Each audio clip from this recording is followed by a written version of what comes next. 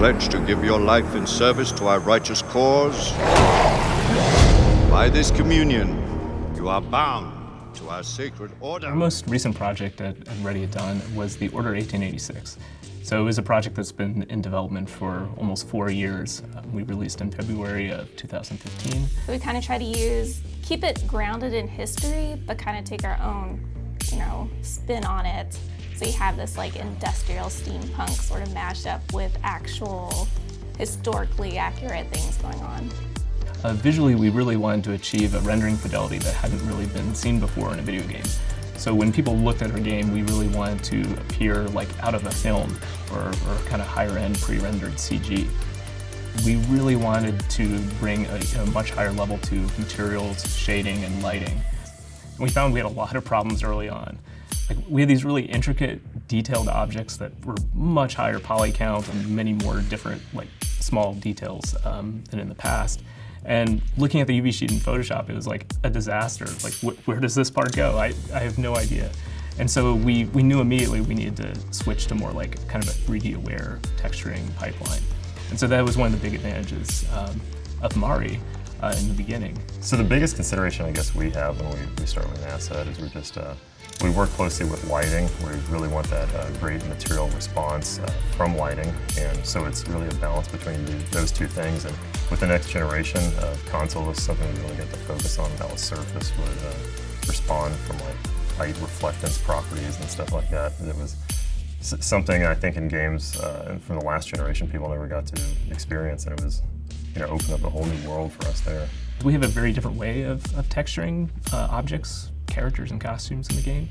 Instead of just painting sort of a flat color map or spec map, we have this compositing system that takes a collection of these black and white masks, links it to a full shader, and then basically composites that material on the object.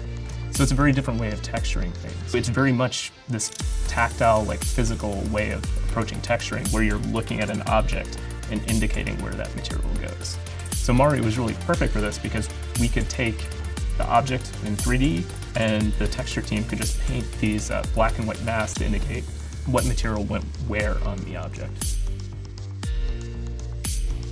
So definitely a distinctive visual point of the Order is, we have these period authentic characters with ridiculous hair, full beards, these really lavish hairstyles. I think our game is the only game in the world right now has awesome hair.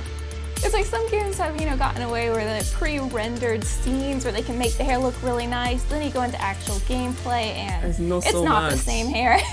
And then a character has not only the hair, it's beard, mustache.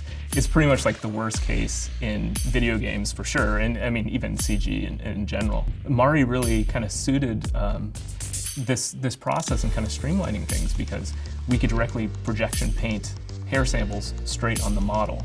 With Mari being able to do the nice projection painting, that transition right here is where the hair cards to the skin, and you just want to get that good blend.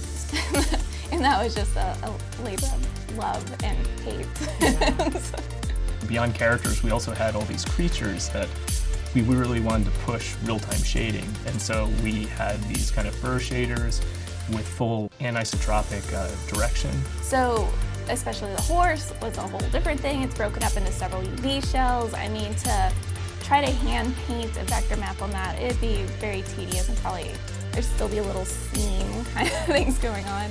And we were kind of looking and researching ways of doing it, and suddenly we realized, wait, Mari can do this with the vector paint tool. Being able to actually paint directly on the model and it takes into account its UV position was it made things more efficient and look a lot better.